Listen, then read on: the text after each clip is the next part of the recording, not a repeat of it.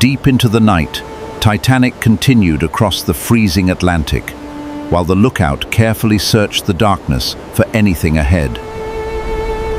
Suddenly, the lookout noticed a massive, pale shape emerging from the darkness.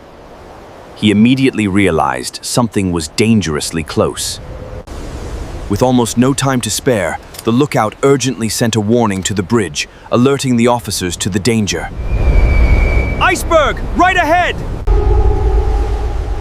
The warning reached the bridge, and the officers quickly turned their attention toward the darkness directly ahead of the ship. The crew immediately ordered a sharp change of course, hoping the enormous vessel could turn away from the obstacle in time. Under the moonlight, the enormous iceberg became clearer, revealing just how massive the obstacle was against the dark Atlantic. Throughout the ship, passengers suddenly felt an unusual movement. Conversations stopped as people wondered why the vessel had changed direction. "This way to the main lounge, please." Curious passengers stepped onto the deck and looked toward the darkness, unaware that a serious emergency was already unfolding. Despite the desperate maneuver, the ship made contact with the iceberg, sending a powerful shudder through the enormous vessel.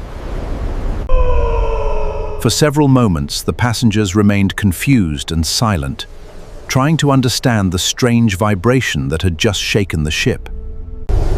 Below deck, crew members discovered that seawater was entering the damaged sections, turning a peaceful voyage into a serious emergency.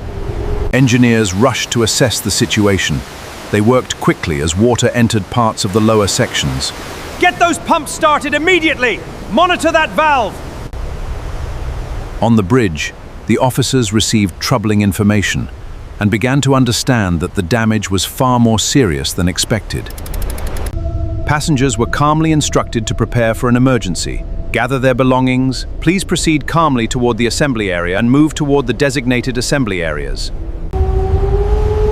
On the upper deck, crew members began preparing the lifeboats, while passengers arrived wearing warm clothing and life jackets. The first lifeboat was carefully lowered into the dark Atlantic as passengers prepared to leave the ship.